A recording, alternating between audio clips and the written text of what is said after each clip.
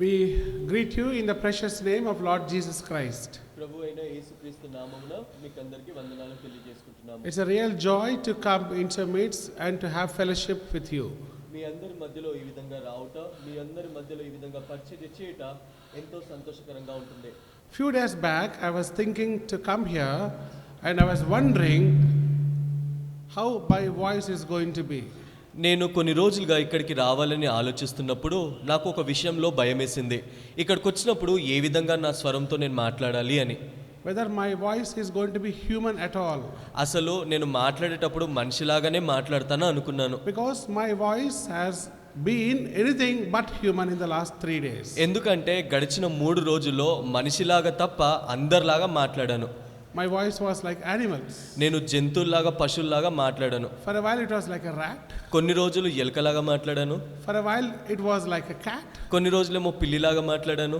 For a while it was like a lion. కొన్ని రోజులేమో సింహంలాగా గర్జించాను. And I don't know how I am going to be, what animal I am going to be today. కాబట్టి ఈ రోజు ఏ జంతువుగా మాట్లాడాలో అని భయపడ్డాను. That was the condition of my voice. ఎందుకంటే నా స్వరం ఆ విధంగా మారిపోయింది వాతావరణానికి. Because of severe throat infection. నాకు చాలా ఈ యొక్క గొంతులో నొప్పి కారణాన్ని బట్టి స్వరం ఆ విధంగా మార్చబడింది. Whatever the voice may be, నా స్వరం ఏ విధంగా ఉన్నప్పటికీ it is the divine voice which has to speak. దైవికమైన స్వరము మనందరితో మాట్లాడేది. And as God is willing and God heard all your prayers, I could be here this morning. దేవుని చిత్తానుసారంగా మీరందరూ ప్రార్థన చేసిన విధానంగా మీ యొక్క ప్రార్థనలకు జవాబుగా దేవుడు నన్ను మీ మధ్యలోకి నడిపించాడు. Shall we read our main theme verse from John chapter 15 and verse 5? మనమందరము మన మూలాంశమైన యోహాను రాసిన సువార్త 15వ అధ్యాయము 5వ వచనాన్ని అందరము కలిసి చదువుకుందాము. The Gospel of John chapter 15 and verse 5. యోహాను రాసిన సువార్త 15వ అధ్యాయము 5వ వచనాన్ని అందరము కలిసి చదువుకుందాము. Shall we read this all together loudly, clearly? అందరము కలిసి బిగ్గరగా స్పష్టంగా చదువుకుందాము. At least your neighbor should be able to hear you. ఎంత పెద్దగా అంటే కనీసం మీ పక్కనున్న వారికన్నా వినిపడేలాగన. ద్రాక్షవల్లిని నేను, తీగలు మీరు.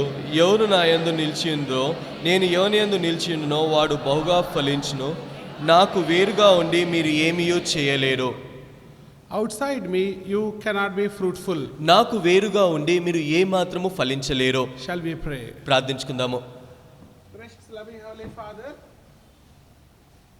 ప్రేమగల పరలోకపు తండ్రి, our creator God, our savior God, మా సృష్టికర్త అయిన దేవా, మమ్మల్ని సృష్టించిన దేవా, how great are your thoughts and how mighty are your plans. దేవా, నీ యొక్క తలంపులు ఎంతో ఉన్నతమైంది, నీ యొక్క ప్రణాళిక ఎంతో ఉన్నతమైంది. Thank you Lord for once again that you have granted us this youth camp. దేవా, మరొకసారి ఈ యొక్క యవనస్తుల కూడికను మాకు అనుకూలపరిచిన విధానాన్ని బట్టి వందనాలు. Thank you Lord for extending our lives into another new year. దేవా, మా యొక్క దినములను నూతన సంవత్సరంలో పొడిగించిన విధానాన్ని బట్టి వందనాలు. As we begin this year, we praise you Lord for this youth camp, and we praise you because you have special plans to our young lives. దేవా, ఈ యొక్క నూతనమైన సంవత్సరము మేము ఆరంభించి ఉండగా మాకు దయచేసిన ఈ యొక్క యవనస్తుల కూడికను బట్టి, మా యొక్క జీవితంలో నువ్వు కలిగి ఉన్న గొప్ప ఉద్దేశాన్ని బట్టి మిమ్మల్ని స్తుతిస్తున్నాము, ఆరాధిస్తున్నాము. Thank you Lord for hearing the prayers of thy children. దేవా, నీ యొక్క పిల్లల యొక్క ప్రార్థనను మీరు జవాబిచ్చిన విధానాన్ని బట్టి వందనాలు. Thank you Lord for all of us who could congregate. దేవా, ఎవరైతే మీ యొక్క ప్రజలుగా ఈ విధంగా సమకూర్చబడటానికి చేసిన విధానాన్ని బట్టి వందనాలు. Lord, we believe that you have wonderful things and mighty things and mighty plans for each one of us. దేవా, మీరు మా అందరి పట్ల గొప్ప ఉన్నతమైన ఉద్దేశాలను కలిగి ఉన్న విధానాన్ని బట్టి వందనాలు. And hence we humbly pray that you may fulfill all thy purposes and all thy plans during these meetings. దేవా, ఈ యొక్క కూడికలో మీరు కలిగి ఉన్న మీ యొక్క గొప్ప ఉద్దేశాలను, మీ యొక్క గొప్ప ప్రణాళికను మా అందరి జీవితంలో మీరు నెరవేర్చండి. As we try to understand the theme verse, Father, we pray you may explain thy truths, you may clarify thy plans. దేవా, మీ యొక్క మూల అంశంను మేము ధ్యానించిన ఉండగా ఈ యొక్క అంశము ద్వారా మాకు తెలియపరచనైన సత్యాలను మాకు తెలియపరచండి. Enable us that each one of us may come into the fulfillment of this precious promise. Christ with us, we shall be fruitful. దేవా, క్రీస్తులో మేము నిలిచి ఉన్న ఎడల మేము ఫలించదము అన్న వాగ్దానమును మా అందరి జీవితంలో మేము నెరవేర్చబడలాగా సహాయం చేయండి. Kindly be available to us. Kindly be accessible to us. దేవా, మాకు అనుకూలంగా ఉండండి, మాకు అందుబాటులో ఉండండి. Give us all the readiness of mind and heart and ears to able to receive thy word and also obey to thy word. దేవా, మీ యొక్క మాటలను వినులాగన, మీ యొక్క స్వరానికి విధేయత చూయించలాగన, గ్రహించు ఆత్మను, వినే మనసును, మాకు వినే చెవులను మాకందరికి దయచేయండి. Personally myself and all of us standing here, Lord, we are unworthy in our bodies, in our spirits, in our minds. దేవా, వ్యక్తిగతంగా నీ యొక్క పరిచర్యలో పాల్గొనే మేము నైనా ఏ విధమైన యోగ్యత లేకుండా శరీరముగా ఆత్మంగా బలహీనంగా ఉన్నవారము. We seek the heavenly grace and the divine voice to be available to each one of us. దేవా, మీ యొక్క పరలోకపు కృపను, మీ యొక్క స్వరంను మాకందరికి అనుకూలపరచండి.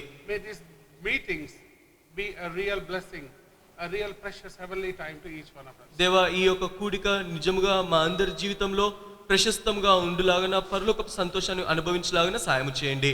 Pray for all those dear children, thy precious children who are working in various departments. Lord, we pray you may provide them all strength, concentration, unity and ability. దేవా, ఈ యొక్క కూడికలో వేరు వేరు పరిచర్యలో ఎవరైతే నీ దాసులు పాల్గొంటున్నారో వారికందరికీ మీ కృపను, మీ యొక్క సామర్థ్యాన్ని, ఆధిక్యతను దయచేయండి. Lord, once again, kindly visit us during these meetings. దేవా, మరొకసారి ఈ కూడిక సమయంలో మమ్మల్ని అందరినీ దర్శించండి. Talk to each one of us. దేవా, మా అందరితో మీరు మాట్లాడండి, Bless each one of us. మా అందరినీ ఆశీర్వదించండి. Provide all the grace we need. దేవా, మాకు కావలసిన కృపను దయచేయండి. Pray for those yet to come. You may give all the grace that they may come here and be a part and not miss any of thy blessings. దేవా, ఇంకెవరైతే మార్గంలో ఉన్నారో వారందరూ వచ్చి మీ యొక్క సంపూర్ణమైన కృపను అనుభవించలాగున సహాయం చేయండి. Thank you for hearing our prayer. We offer it in Jesus' most precious name. మా ప్రార్థనలు విన్నందుకు వందనాలు చెల్లించుకుంటూ ఈ కొద్ది ప్రార్థన ప్రభువైన యేసుక్రీస్తు నామమున ప్రార్థించి వేడుకుంటున్నాం మా తండ్రి. ఆమేన్.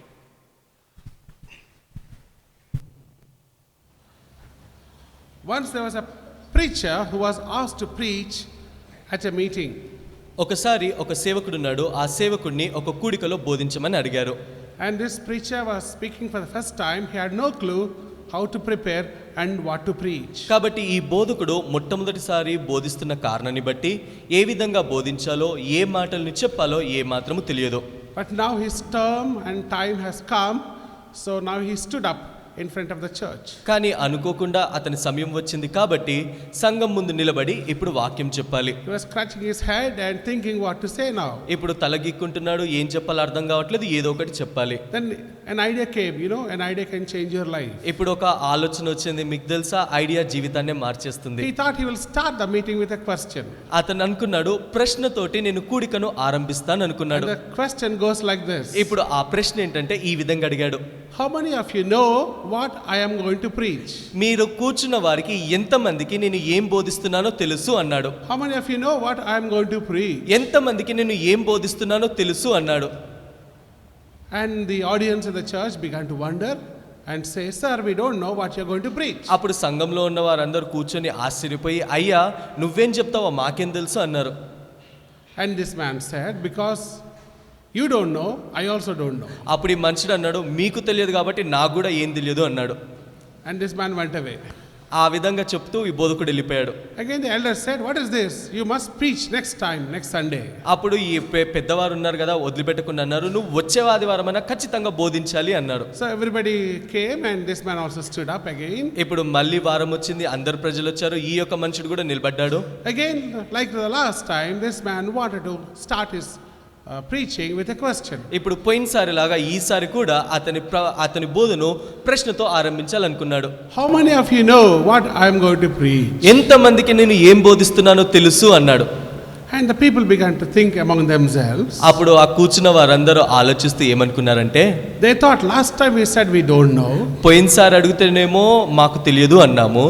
So they said this time we'll say we know what you're going to preach. అసలు ఈసారి మాకు తెలుసు అని చెప్దాం, ఏం చేస్తాడో అనుకున్నారు. So they said we know what you're going to preach. అందుకే వాళ్ళు అన్నారు, నువ్వు ఏం బోధిస్తున్నావో మాకు తెలుసు అన్నారు. And this man said, అప్పుడు ఆ మనుషుడు అన్నాడు, you know it anyway, so I'll see you next week. మీకు ఏదో విధంగా తెలుసు కదా, ఇంకా చెప్పాల్సిన అవసరం ఏముంది, వచ్చే వారం కలుసుకుందాం అన్నాడు. And again the elders were even more angry and they said, what is this? Next time you must preach something. అప్పుడు పెద్దవాళ్ళకి ఇంకా కోపం వచ్చి, అయ్యా నువ్వు చేసేది ఏం బాగాలేదు, వచ్చే వారమన్నా నువ్వు ఖచ్చితంగా బోధించాలన్నారు. Now this time, the third Sunday, there were more people than before. ఇప్పుడు మూడో ఆదివారం ఇంత 2 వారాల కన్నా వచ్చిన వారి కన్నా ఎక్కువగా వచ్చారు. What this man is going to preach? అసలు ఈ మనిషి ఏం చెప్తాడో వినాలి అనుకున్నారు. So like every time else, this man stood up and said the same question, how many of you are knowing what I'm going to preach? అప్పుడు ఆ బోధకుడు మళ్ళీ లేసి అదే ప్రశ్న ఏమన్నాడంటే, మీరు కూర్చున్న వాళ్ళలో ఎంతమందికి నేను ఏం బోధిస్తున్నానో తెలుసు అన్నాడు. Now the audience have a problem. ఇప్పుడు ఆ కూర్చున్న వాళ్ళకి ఒక సమస్య వచ్చింది. Somebody wanted to say no. కొంతమంది ఏమో వద్దు అన్నారు. Somebody wanted to say yes. కొంతమంది ఏమో అవును మాకు తెలుసు అందాం అనుకున్నారు. So what shall we say? They are debating, they are discussing, they are quarreling. ఇప్పుడు వాళ్ళు ఒక్కొక్కరు పోరాడుకుంటున్నారు, ఒకరొకరు వాదించుకుంటున్నారు, తెలుసని చెప్పాలా తెలియదని చెప్పాలా అని. So they are fighting among themselves. ఇప్పుడు ఆ విధంగా పోరాడుకుంటూ, and this man said, అప్పుడు ఈ మనుషుడు అన్నాడు, somebody says yes, కొంతమంది ఏమో మాకు తెలుసు అంటున్నారు, somebody says no, కొంతమంది ఏమో మాకు తెలియదు అంటున్నారు. So those who say they know, కాబట్టి ఎవరైతే నేను ఏం బోధిస్తున్నానో తెలుసు అన్నవారు, you preach to the people who said they don't know. ఎవరికైతే తెలియదు అన్నారో వారికి మీరు లేచి బోధించండి అన్నాడు. Don't worry, I'm not going to suffer you for this. ఇప్పుడు బాధపడకండి, నేను మిమ్మల్ని ఆ విధంగా బాధపరచను. I know and all of us know the theme that we are going to meditate. కాబట్టి ఇప్పుడు మీకు నాకు అసలు మనం ఏ మూలాంశాన్ని మీద ధ్యానిస్తున్నామో అందరికీ తెలుసు కాబట్టి ఏ సమస్య లేదు. We are reading from John chapter 15 and verse 5. మనమందరము యోహాను సువార్త 15వ అధ్యాయము 5వ వచనాన్ని చదువుకుంటున్నాము. We read a blessed promise and a blessed provision of Lord Jesus for his disciples. ఇక్కడ యేసుక్రీస్తు ప్రభువారు తన శిష్యుల కొరకు ఒక పోషించే ఒక ఆశీర్వాదాన్ని వారికి దయచేస్తున్నాడు. If you abide with me and I abide with you, you shall be fruitful. నేను మీలో నిలిచి ఉన్న ఎడల, మీరు నా యందు నిలిచి ఉన్న ఎడల మీరు ఫలించేవారుగా ఉంటారు అంటున్నాడు. And the more important thing, outside me you cannot be fruitful. చాలా ప్రాముఖ్యమైనది ఏంటంటే, నాకు వేరుగా ఉండి మీరు ఏమి కూడా చేయలేరు. The underlying meaning of these words is that we need God. A life without God cannot be a life without any good. దీని యొక్క అంశము, దీని యొక్క అర్థము ఏంటంటే, మన అందరి జీవితంలో దేవుడు అవసరమై ఉంటున్నాడు. దేవుని బయట దేవుడు లేకుండా మనము ఏది కూడా చేయలేము, దేని కూడా సాధించలేము. If we have God, we will be heroes. If we don't have God, we can only be zeros. మనము దేవుణ్ణి కలిగి ఉన్నట్లయితే విజయమును పొందేవారుగా ఉంటాము, దేవుణ్ణి లేకుండా జీవించినట్లయితే విజయము లేనివారుగా ఉంటాము. God's ultimate, intimate purpose for each one of us, that he wants to be available to us and accessible to us. దేవుని యొక్క ఉన్నతమైన ఉద్దేశము మనందరి జీవితంలో ఏంటంటే, దేవుడు మన జీవితంలో అనుకూలంగా అందుబాటులో ఉండాలని కోరుకుంటున్నాడు. And if we allow him to be available fully, our lives will be wonders. సంపూర్ణంగా ఆయన మన జీవితంలో ఉండటానికి మనము అనుమతించినట్లయితే మన జీవితం ఒక ఉన్నతముగా గొప్పగా ఉండేదిగా ఉంటుంది. Jesus says, you will be fruitful. యేసు అంటున్నాడు, మీరు ఫలించేడు వారుగా ఉంటారు. If you allow me to be with you. నేను మీ జీవితంలో ఉండటానికి మీరు అనుమతించినట్లయితే. These words are written by John the disciple. ఈ యొక్క మాటలు శిష్యుడైన యోహాను చేత రాయబడిన మాటలు. Among the gospel writers, John has a unique position of writing such things which no other gospel writers wrote. సువార్తికులు రాసిన సువార్తికులు అందరిలో కల్లా యోహాను చాలా ప్రత్యేకంగా దేవుని యొక్క ప్రేమను గురించి రాసే ప్రత్యేకతను కలిగి ఉన్నవాడుగా ఉంటున్నాడు. John wrote about the beginning, in the beginning when he started the gospel. యోహాను సువార్తలో యోహాను ఆదిలో ఏ విధంగా ఆరంభించబడిందని రాశాడు. In other words, he started to write about the story or the history of the Son of God, Jesus. అంటే ఇంకో మాటలు చెప్పాలంటే, దేవుని యొక్క కుమారుడైన యేసుక్రీస్తు ప్రభువారి యొక్క ఆరంభము, చరిత్ర ఏ విధంగా ఉంటుందని రాశాడు. Then he wrote about the signs of the Son of God, Jesus. దాని తర్వాత యేసుక్రీస్తు ప్రభువారి యొక్క సూచనలు ఏ విధంగా ఉంటాయని రాశాడు. Then he also wrote about the secrets of the Son of God, Jesus. దాని తర్వాత దేవుని యొక్క కుమారుడైన యేసుక్రీస్తు ప్రభువారి యొక్క మర్మముల గురించి రాశాడు, వివరించాడు. Then he also wrote about the sufferings of the Son of God, Jesus. అదే విధంగా దేవుని యొక్క కుమారుడైన యేసుక్రీస్తు ప్రభువు ఏ విధంగా బాధపడ్డాడో ఆ బాధల గురించి వర్ణించాడు. Then finally he wrote about the success or the supremacy of the Son of God, Jesus. చివరిగా దేవుని కుమారుడైన యేసుక్రీస్తు ప్రభువారి యొక్క ఉన్నతత్వాన్ని వర్ణించిన వాడుగా, వివరించిన వాడుగా ఉంటున్నాడు. This verse comes in the part where Jesus was talking about the secrets that he shared with his disciples. మనం చదువుకున్న ఈ వాక్య భాగము ఏ సందర్భంలోది అంటే యేసుక్రీస్తు ప్రభువారు తన శిష్యులతో రహస్యాన్ని మర్మములను పంచుకునే సందర్భం ఇదే. And the Lord was on his earthly ministry, he had to face three kinds of people. యేసుక్రీస్తు ప్రభువారు ఈ లోకంలో పరిచర్య చేస్తున్నప్పుడు మూడు గుంపులకు చెందిన ప్రజల్ని ఎదుర్కోవాల్సి వచ్చింది. The first group is called the general multitude. మొదటి గుంపుకు చెందిన వారు సామాన్యమైన జన సమూహము. And these general multitude are always in thousands. ఈ జన సమూహము ఎప్పుడు వేలాది సంఖ్యలో ఆయన దగ్గరికి వచ్చేవారు. They always were excited about the person of Jesus. వారు ఎప్పుడు కూడా యేసుక్రీస్తు ప్రభువారిని చూసి సంతోషపడుతూ ఉండేవారు. They used to come to see him.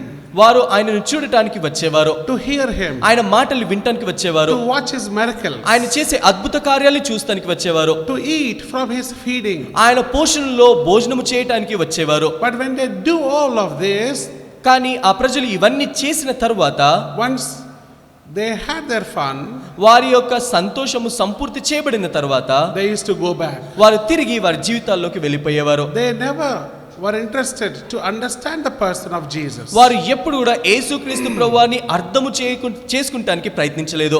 So as they came, so as they returned. వారు ఏ విధంగా అయితే వచ్చారో అదే విధంగా తిరిగి వెళ్ళిపోయేవారు.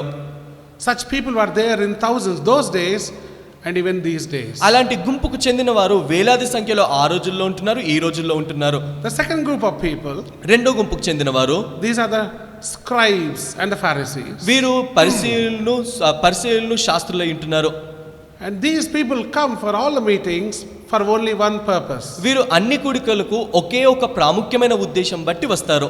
To find fault with Jesus. యేసుక్రీస్తు ప్రభువులో పొరపాటులను తప్పుల్ని పట్టుకుంటానికి వచ్చేవారు. To criticize Jesus. ఆయనను దూషించడానికి, తృణీకరించడానికి. Not to understand but to apprehend Jesus. ఆయనను అర్థం చేసుకుంటానికి కాదు గాని తప్పులు పట్టుకుంటానికి వచ్చేవారు. Such people were there even those days and even these days. అలాంటి ప్రజలు ఆ రోజుల్లో ఉంటున్నారు, ఈ రోజుల్లో కూడా ఉంటున్నారు. The third group is a group of the disciples. మూడో గుంపుకు చెందిన వారు ఆయన శిష్యులై ఉంటున్నారు. And they are not in thousands as the general multitude. ఈ యొక్క సామాన్యమైన జన సమూహం లాగా వారు వేలాది సంఖ్యలో లేరు. Not that they come to criticize Jesus. లేదంటే యేసుక్రీస్తు ప్రభువారిలో పొరపాట్లు పడటానికి వారు రావట్లేదు. These are only a few people. వారి కొద్ది మందిగా ఉంటున్నారు. Very lonely and humble people. వారు చాలా తక్కువ మందిగా, వారు తగ్గించబడిన గుంపుగా ఉంటున్నారు. But the difference is that they came to Jesus, they never looked back, they never went back. కానీ వ్యత్యాసం ఏంటంటే వారు యేసుక్రీస్తు ప్రభువారి దగ్గరికి వచ్చినప్పుడు ఎప్పుడు కూడా తిరిగి వెనకకి వెళ్ళిపోలేదు, వెనక చూడలేదు. Their lives changed forever the moment they came unto Jesus. వారు యేసుక్రీస్తు ప్రభువారి దగ్గరికి వచ్చిన క్షణమే వారి సమస్తమైన జీవితము మార్చబడింది. They came not to see Jesus but to follow Jesus. వారు యేసుక్రీస్తు ప్రభువారిని చూడటానికి రాలేదు, కానీ ఆయనను వెంబడించడానికి వచ్చారు.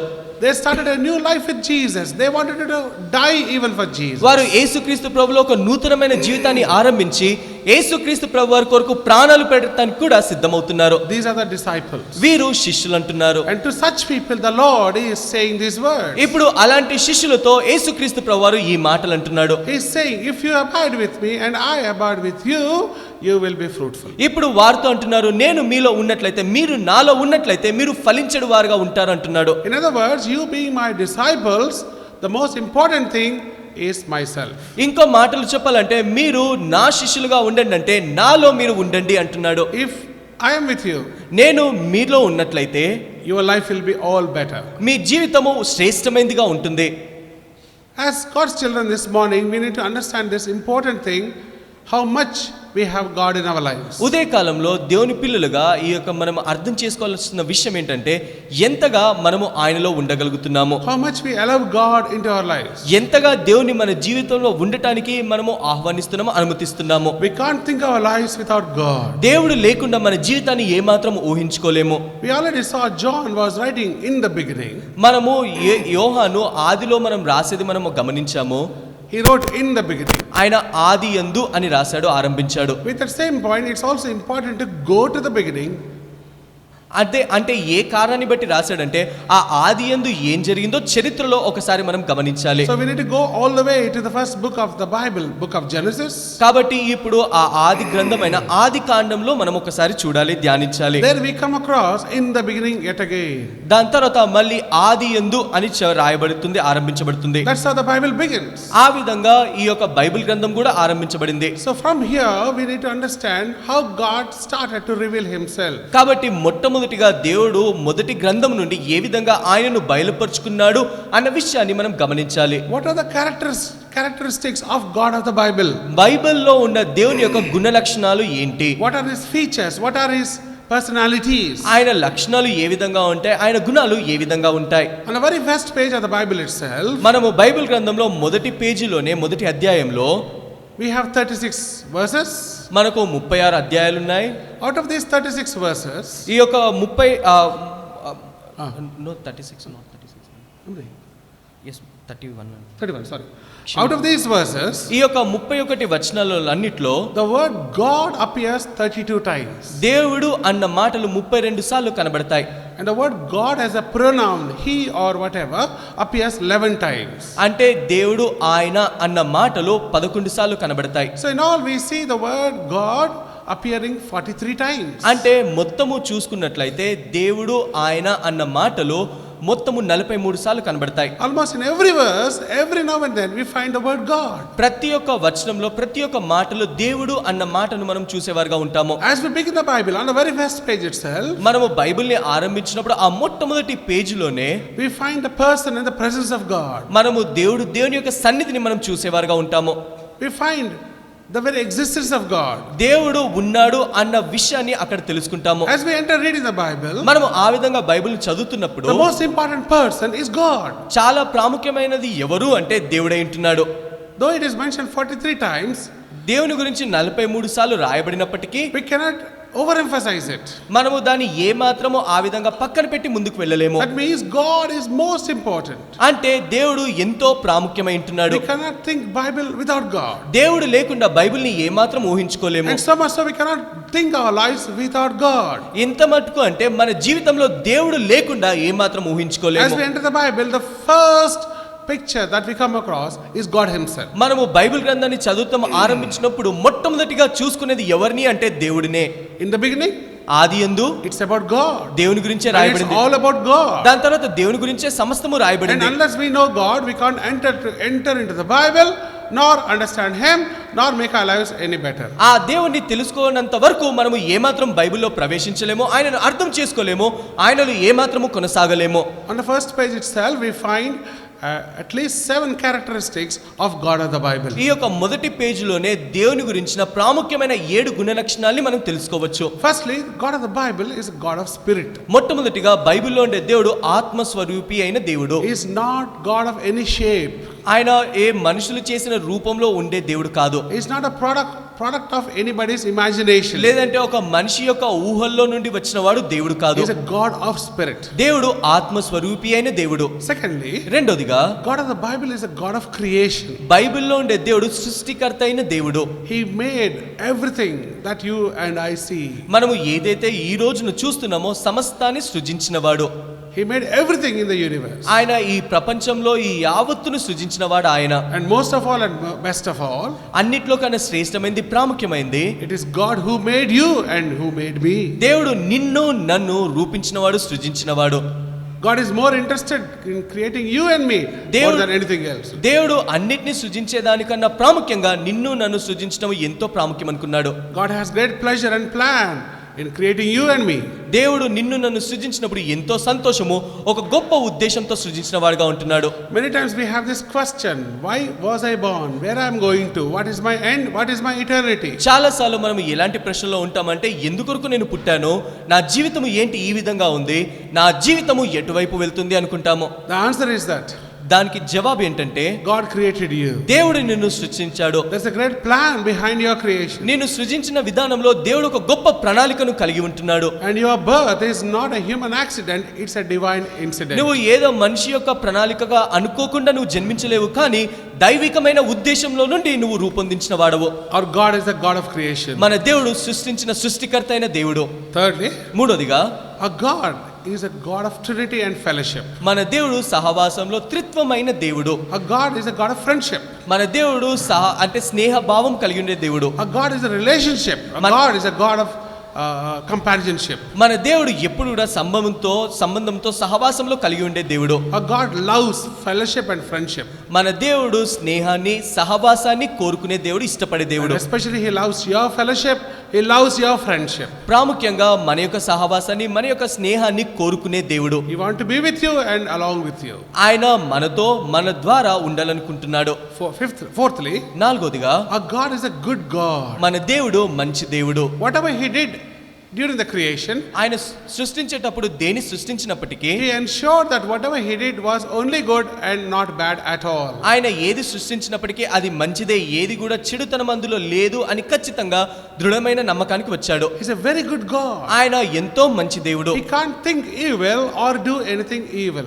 ఆయన ఏమాత్రము చెడుని గురించి ఆలోచించలేడు, ఏమాత్రము చెడ్డవి చేయలేడు. Fifthly, ఐదోదిగా our God is God who sees and who also speaks. మన దేవుడు చూసే దేవుడు, అదే విధంగా కారణాన్ని బట్టి మాట్లాడే దేవుడు. In the first chapter we see God seeing it and speaking. God saw it and God spoke it. మొదటి అధ్యాయంలో మనం చూసుకున్నట్లయితే దేవుడు చూసి, దేవుడు మాట్లాడి అన్న మాటల్ని మనం చూసుకుంటాము. It only makes our God a living God, a true God. అంటే ఇది ఏ సత్యాన్ని చెప్తుంది అంటే మన దేవుడు సజీవమైన దేవుడు అని చెప్తుంది. He sees, ఆయన చూసే దేవుడు, he observes, ఆయన గమనించే దేవుడు, he examines, ఆయన పరీక్షించే దేవుడు, he monitors, ఆయన సమస్తాన్ని ఏలే దేవుడు. then he speaks, ఆ విధంగా చేసి ఆయన మాట్లాడే దేవుడు.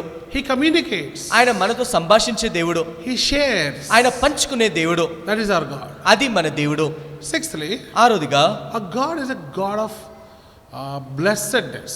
మన దేవుడు ఆశీర్వాదాలకి కారణమైన దేవుడు. Our God is a God of fruitfulness. మన దేవుడు ఫలించే జీవితానికి కారణమయ్యే దేవుడు. And this is where the first instance of fruitfulness appears. కాబట్టి మొట్టమొదటిగా ఫలించుడి అన్న మాటను మొదటి అధ్యాయంలో ఇక్కడ మనం చూసుకుంటాము. It is not appearing in somewhere in the Gospel of John, but on the very first page of the Bible itself. అంటే బైబిల్ గ్రంథంలో ఎక్కడో యోహాను సువార్తలోనే మాత్రమే ఇది లేదు, కానీ మొదటి అధ్యాయంలో మొదటి పేజీలోనే ఫలించుడి అన్న మాటను చూస్తాము. Our God is a God of blessing. మన దేవుడు ఆశీర్వదించే దేవుడు. And our God is a God of fruitfulness. మన దేవుడు ఫలించే జీవితానికి కారణమయ్యే దేవుడు. He made our lives for victory.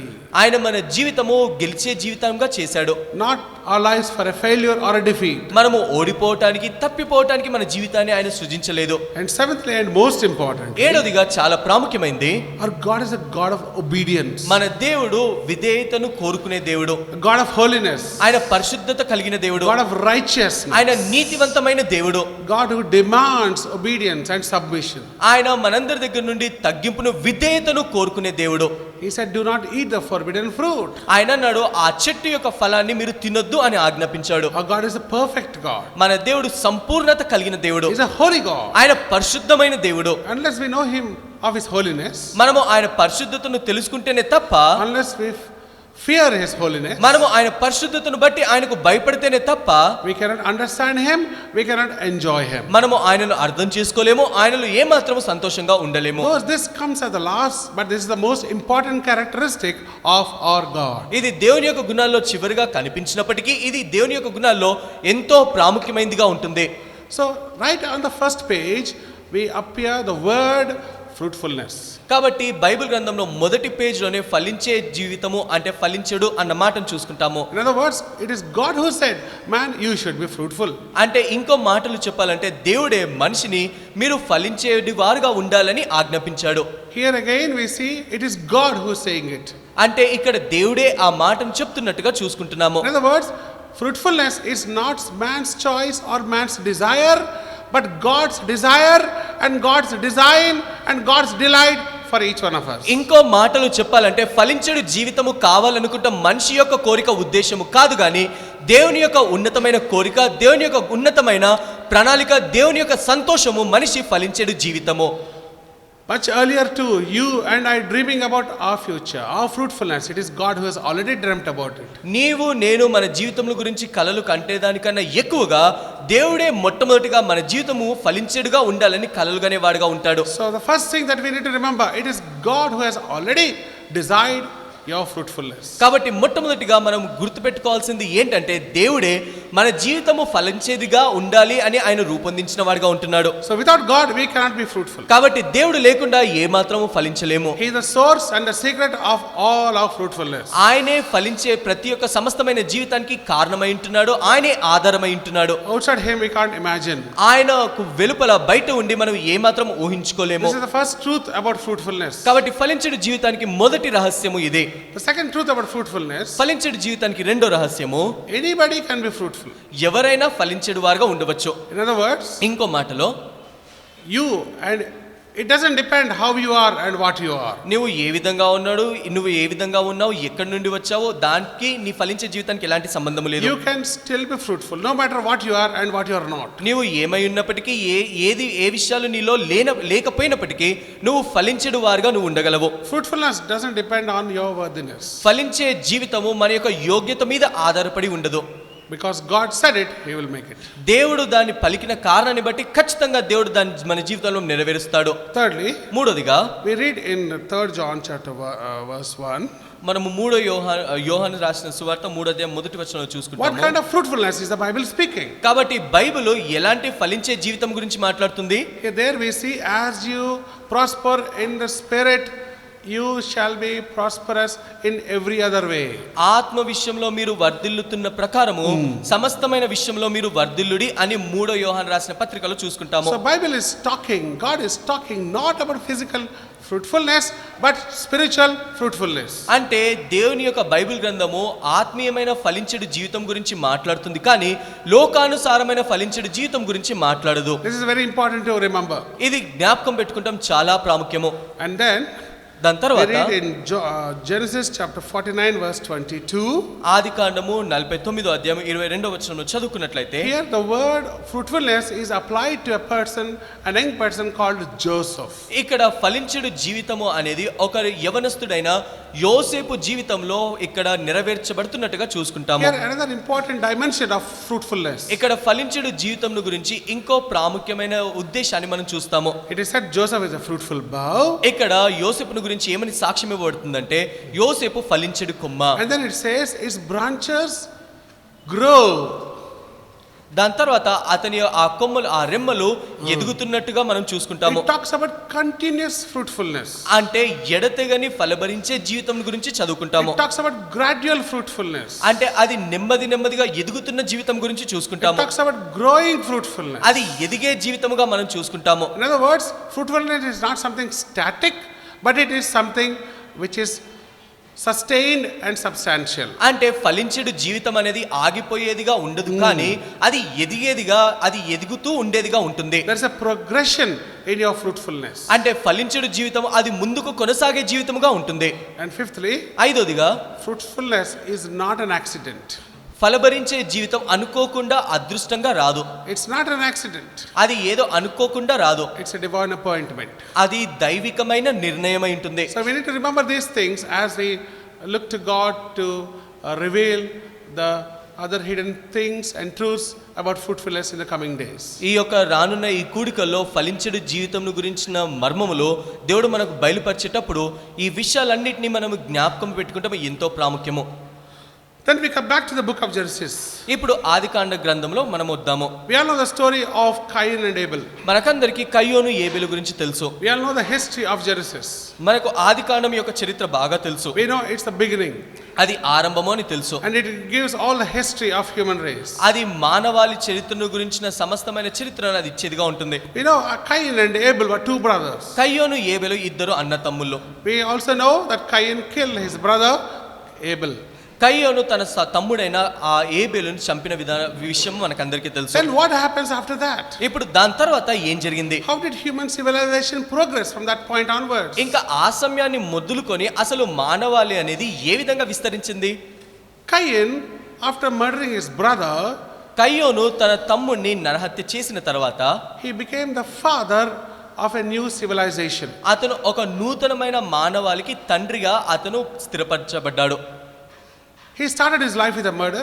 ఆయన తన జీవితాన్ని ఒక హత్యతో ఆరంభించి He started his life saying no to God. అతను దేవుడు నా జీవితంలో వద్దు అని చెప్తూ తన జీవితాన్ని ఆరంభించి That's how he started his life and his living and his civilization. ఇప్పుడు ఆ విధంగా తన జీవితాన్ని అతను ఆరంభించాడు, ఆ విధంగా తన అలవాట్లు తన ఆచారాలని ఆరంభించాడు. And one of his sons is a person called Lamech.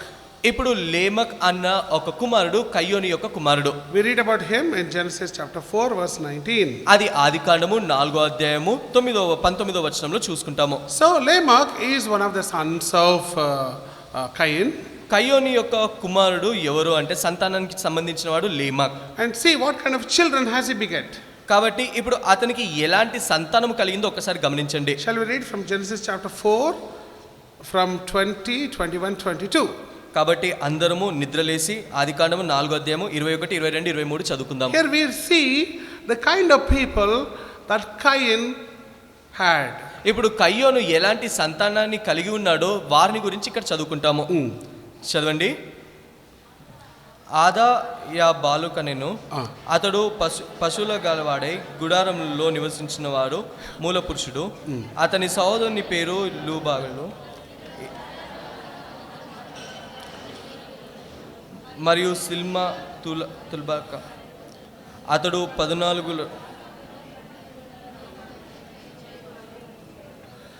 అందరం కలిసి చదువుకుందాం అంటే సిస్టర్స్ ఒక్కరినే చదవమని కాదు, బ్రదర్స్ కూడా చదవచ్చు. 22వ వచనం నుంచి చదువుకుందాం. 20, 21, 22. 20, 21, 22 మరొకసారి అందరం బిగ్గరగా చదువుకుందాం. We read about the 3 sons of Lamech. ఇక్కడ లేమాకు యొక్క 3 కుమారుల గురించి మనం చదువుకుంటాము. ఆదా యా బాలుని కనెను, అతడు పశువులు గలవాడే గుడారంలో నివసించిన వారికి మూల పురుషుడు. అతని సహోదరుని పేరు యూబాయు, అతని సిరియాను సానిక వాడు చేవారందరికీ మూల పురుషుడు. మరియు సిల్బా తులాకు కనెను, అతడు 14 రాశి పని పట్టు ఇనుప పనులన్నీ చేయవాడు. Okay, fine. So look at the description of these 3 sons. కాబట్టి ఈ 3 కుమారుల్ని ఏ విధంగా వివరించారో ఒకసారి గమనించండి. What are they doing?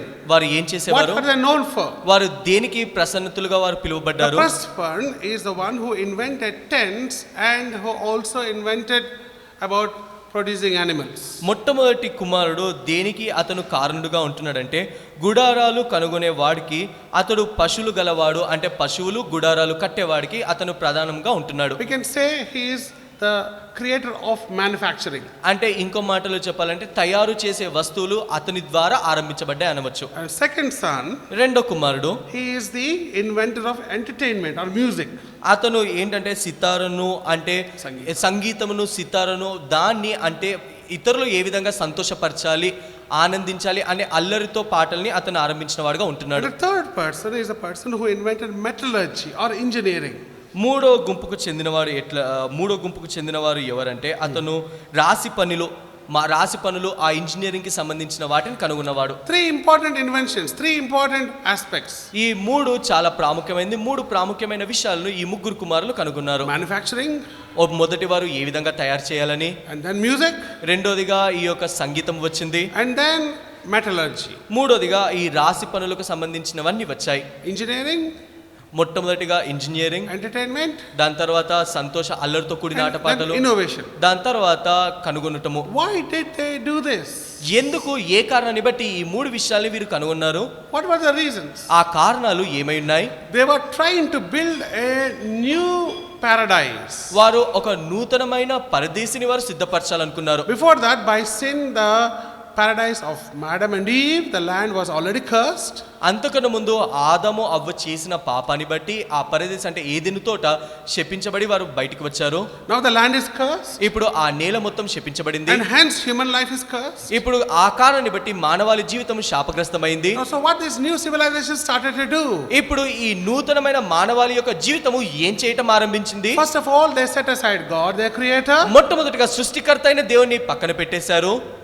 Now they started building a rival empire, a rival kingdom, a rival civilization. ఇప్పుడు వారు వ్యతిరేకమైన ఒక రాజ్యాన్ని, వ్యతిరేకమైన ఒక సంబంధాన్ని వారు సృష్టించుకుంటున్న వారుగా ఉంటున్నారు. And they are trying to do this with their own intelligence, with their own creativity. ఇప్పుడు వారి సొంత జ్ఞానాన్ని వారు ఉపయోగించి వారు ఆ నూతనమైన విషయాన్ని కనుగొనేవారుగా ఉంటున్నారు. They are trying to create a new society. వారు ఒక నూతనమైన ప్రపంచాన్ని వారి కొరకు వారు సిద్ధపరచుకునేవారుగా ఉంటున్నారు. A society society with science, intelligence, innovation and imagination. వారు శాస్త్రముతో వారు సమస్తమైన టెక్నాలజీతో వారు ఉపయోగించుకుంటూ వారు ఒక నూతనమైన ప్రపంచాన్ని ఒక నూతనమైన ప్రజాలికాన్ని వాళ్ళు కనుగొంటున్నారు. They thought we can remove God and create our own new world. వారు అనుకున్నారు మేము దేవుణ్ణి పక్కన పెట్టి మా సొంత లోకాన్ని మేము సృష్టించుకోగలము. And hence they went about their creativity. ఆ విధంగా వారు సృష్టించుకుంటూ వారు వెళ్ళిపోతున్నారు. They must have invented certain good things outwardly. వారు బయట కనబడటానికి కొన్ని మంచి విషయాలనే కనుకొని ఉండవచ్చు. But look at their nature, look at their heart, look at their attitude. కానీ వారి యొక్క స్వభావాన్ని వారి యొక్క హృదయాన్ని వారి యొక్క వైఖరిని ఒకసారి గమనించండి. Outwardly there is wonderful invention, wonderful creation. వారు బయటికి కనబడటానికి ఎంతో గొప్ప గొప్ప విషయాలను వారు కనుగొనేవారుగా But deep ఉంటున్నారు. inside their heart, what is their heart made of? కానీ వారి యొక్క హృదయము వారి యొక్క హృదయ అంతరంగము ఏ విధంగా ఉంటుంది ఏ విధంగా చేయబడింది. We read that in the very next verse itself. దాని తర్వాత వచ్చే వచనంలో దాన్ని మనం చూసుకుంటాము. Look how does Lamech brag about his ability to kill people. లేమాకు ఏ విధంగా ప్రజల్ని చంపడానికి తన ఆధిక్యతను పెంచుకుంటున్నాడో గమనించండి. Look what he says. అతను ఏమంటున్నాడో గమనించండి. If Cain can be avenged 7 times, ఒకవేళ కయ్యోను 7 అంతలుగా ఉన్నట్లయితే I can kill 77 times. నేను 77 అంతలుగా నేను ఇతరులను చంపగలను. Can somebody read it in Telugu please? ఎవరైనా దయచేసి అది తెలుగులో చదవండి. Verse 23. 23వ వచనము. ఆమె లెమెకు Hmm. తన భార్యలతో Hmm. ఓ ఆదా ఓసిలా Hmm. నా పలుకు వినుడి. Hmm. లెమెకు భార్యలారా Hmm. నా మాట ఆలకించుడి. Hmm. నన్ను గాయపరిచినందుకై Hmm. ఒక మనిషిని చంపితిని. Hmm. నన్ను దెబ్బ కొట్టినందుకై Hmm. ఒక పక్షువాని చంపితిని. Hmm. ఏడంగల ప్రతిదండన కయ్యూరు కోసము Hmm. వచ్చిన ఎడల Hmm. లెమెకు కోసము Hmm. 77 వచ్చినను. Look what he is saying. ఇక్కడ ఏం చెప్తున్నాడో గమనించండి. He's talking about murder. అతను హత్యను గురించి He's మాట్లాడుతున్నాడు. talking about violence. అతను ఏ విధంగా ఆ యొక్క దుష్టత్వం గురించి He's talking మాట్లాడుతున్నాడు. about wickedness. అతను చెడుతనం గురించి He's మాట్లాడుతున్నాడు. talking about unrighteousness. అతను నీతి లేని కార్యాల గురించి మాట్లాడుతున్నాడు. He's talking about ungodliness. అతను దైవికము లేని జీవితం గురించి మాట్లాడుతున్నాడు. How could this cowl come about? ఇవన్నీ కూడా ఏ విధంగా వచ్చాయి ఏ విధంగా సాధ్యమయ్యాయి. And all that invention is all about destruction. ఇప్పుడు వారు కనుగొన్నది అంతా కూడా అందరినీ నశించడానిక. All the creativity is about murdering people. వారు అంతగా వారు కష్టపడి కనుగొనింది నరహత్య చేయటానిక. All their intelligence is only to harm others. వారి యొక్క జ్ఞానము మొత్తము ఉపయోగించి ఇతరులను హాని చేయటానిక. What kind of fruitfulness is this? ఇప్పుడు ఎలాంటి ఫలించడు జీవితంలో వారు జీవించేవారుగా ఉంటున్నారు. How could they come to this level? వారు ఏ విధంగా ఇంత స్థాయికి వారు చేరగలిగారు. It's all because they said no to God. వారు దేవుడు మా జీవితంలో వద్దు అన్న కారణానికి ఇలాంటి స్థాయికి వారు It's all వస్తున్నారు. about they thought they can do their lives without God. వారు ఏ విధంగా ఆలోచిస్తున్నారంటే దేవుడు లేకుండా మా జీవితాల్ని మేము రూపొందించుకోగలము. But beautifully. కానీ చాలా చక్కనైన The మాట. very next verse. దాని తర్వాత మాటలో It talks about the beginning of another generation which had God right from the beginning. దాని తర్వాత ఇంకో తరము ఆరంభించబడుతుంది. ఆ తరము దేవుణ్ణి కలిగి జీవించిన వారుగా ఉంటున్నారు. Somebody can read the verse 25. కాబట్టి దయచేసి 25వ వచనాన్ని కూడా చదవండి. ఆదాము మరలా Hmm. తన భార్యను కూడినప్పుడు Here we see the beginning of a new generation. మళ్ళీ ఇక్కడ ఒక క్రొత్త తరము ఆరంభించబడుతున్నట్టుగా చూసుకుంటాము. ఆదాము మరలా తన భార్యను కూడినప్పుడు ఆమె కుమారుని కని కయ్యను చంపిన హేబెలునకు ప్రతిగా దేవుడు నాకు మరొక సంతానమును నియమించిననుకొని అతనికి షేతు అని పేరు పెట్టెను. His name is Seth. ఆయన పేరు షేతు. Carry on, brother. మరియు షేతు నాకు కుమారుడు పుట్టెను. అతనికి ఎనోషు అని పేరు పెట్టెను. అప్పుడు యెహోవా నామమున ప్రార్థన చేయక ఆరంభమైనది. What a wonderful thing to read. మనం చదవడానికి ఎంత చక్కనైన మాట ఇక్కడ ఉంటుంది. As Seth enters, అక్కడ షేతు జీవితం as a new ఆరంభించబడినప్పుడు civilization begins, ఒక నూతనమైన మానవాళి యొక్క జీవితం they ఆరంభించబడినప్పుడు are beginning with praying to God. వారు దేవునికి ప్రార్థించడం ద్వారా ఆరంభిస్తున్నారు. They are looking to God. వారు దేవుని వైపు చూస్తున్నారు. They are praying to God. వారు దేవునికి They are ప్రార్థిస్తున్నారు. depending on God. వారు దేవుని పైన They are ఆధారపడుతున్నారు. turning to God. వారు దేవుని వైపు తిరుగుతున్నారు. They are coming to God. వారు దేవుడి దగ్గరికి They వస్తున్నారు. are trusting on God. వారు దేవునిలో నమ్మకాన్ని ఉంచుకుంటున్నారు. They realize how the world has become miserable without God. దేవుడు లేకుండా ప్రపంచము ఎంత దుష్టత్వంలో ఉందన్న సత్యాన్ని గ్రహించారు. That is the beginning of another generation, a godly generation. అది మరి ఒక తరము అంటే దైవికమైన తరము ఆరంభించబడిన సమయము. And that's how we see people like Enosh coming, Noah coming, Abraham and all his others coming. దాని తర్వాత ఏనోషు, నోవా, అబ్రహాము గొప్ప గొప్ప దైవజనులు ఆ సంతానం నుండి వచ్చినట్టుగా మనం చూసుకుంటాము. And we all know the history later, how these people became blessed. మనకందరికి దాని తర్వాత చరిత్ర తెలుసు, వారందరూ ఏ విధంగా ఆశీర్వదించబడ్డారు అని. How their lives became blessed only because of God. దేవుడు కలిగి ఉన్న కారణాన్ని బట్టి వారి జీవితం ఏ విధంగా ఆశీర్వాదానికి కారణమైందో మనకందరికీ తెలుసు. And God began to use them. God began to reveal to them. God began to talk to them and make their lives meaningful to themselves and also meaningful to you and to me today. ఇప్పుడు దేవుడు వారి యొక్క జీవితాల్ని ఉపయోగించుకుంటూ ఆరంభించాడు. వారి జీవితంలో ఒక ఉద్దేశం ఇచ్చి వారు నేటి దినం కూడా నీకు నాకు ఉపయోగకరంగా మాదిరికరంగా వారిని ఉంచినట్టుగా ఉంటున్నాడు. God began to prosper them. God began to make them fruitful. దేవుడు వారిని వర్ధిల్లింపజేశాడు. దేవుడు వాళ్ళని ఫలించే జీవితంలోకి వారిని అడుగు పెట్టించాడు. God began to add to their lives and make their lives purposeful. దేవుడు వారి జీవితాన్ని సమకూర్చి వారి జీవితానికి ఒక గొప్ప ఉద్దేశాన్ని తీసుకొని వచ్చిన వాడుగా And we can ఉంటున్నాడు. see God using them at least in 7-fold ways. దేవుడు ఏడంతలుగా వారందరినీ ఉపయోగించినట్టుగా మనం చూసుకోవచ్చు. Firstly, God made them as patriarch fathers. మొట్టమొదటిగా వారు ఒక ఉన్నతమైన తండ్రులుగా. తరానికి తల్లిదండ్రులుగా మార్చబడ్డారు. తండ్రులుగా ఉన్నారు. They became the patriotic fathers. వారు తండ్రులుగా గొప్ప వారికి ఉన్నారు. Then తర్వాత we see in the book of Exodus they becoming protectors. నిర్గమ కాండంలో మనం గమనించినట్లయితే వారు కాపాడేవారుగా ఉంటున్నారు. Moses and Aaron protecting the people of God.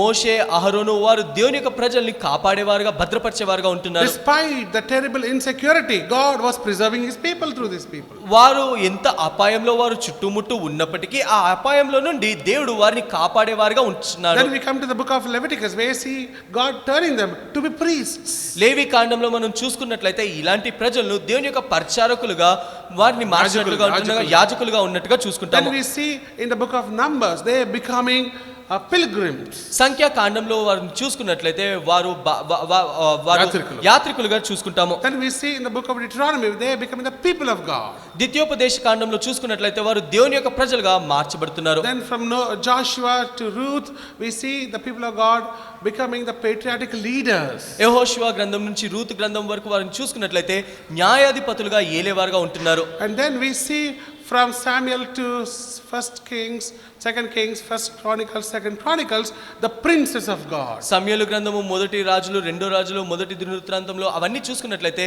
రాజులుగా వారు ఉన్నట్టుగా చూసుకుంటాము. The princes, the kings of God. వారు రాజులుగా రాణులుగా దేవునికి వారు ఉన్నట్టుగా చూసుకుంటాము. Then we come to the book of Psalms and the Song of Solomon and other poetic books. We see how the people of God became the psalmists of God. దాని తర్వాత కీర్తనల గ్రంథము, సొలొమోను పరమగీతంలో అవన్నీ మనం చూసుకున్నట్లయితే వారు ఏ విధంగా దేవునికి స్తుతి చెల్లించేవారుగా కీర్తనకారులుగా ఉన్నారో మనం చూసుకుంటాము. And then lastly we see how God used the others later as his prophets. చివరిగా మనం చూసుకున్నట్లయితే దేవుని యొక్క వారు ప్రవక్తలుగా ఉన్నట్టుగా మనం చూసుకుంటాము. So God through ages, through civilizations, God used these people for great purposes. దేవుడు ఆ విధంగా తరములు వెంబడి తరములలో వారిని గొప్ప గొప్ప ప్రజలుగా ఉపయోగించుకున్నట్టుగా మనం చూస్తాము. So right from Genesis we read about 2 civilizations. కాబట్టి ఆదికాండంలో మనము రెండు గుంపులకు చెందిన మనుషులను మనం చూసుకుంటాము. There are 2 civilizations only. అక్కడ రెండు గుంపులకు చెందిన వారు మాత్రమే One ఉంటున్నారు. civilization with God, the other civilization without God. ఒకరేమో దేవుని కలిగి ఉంటున్నారు, మరొకరేమో దేవుడు లేకుండా ఉంటున్నారు.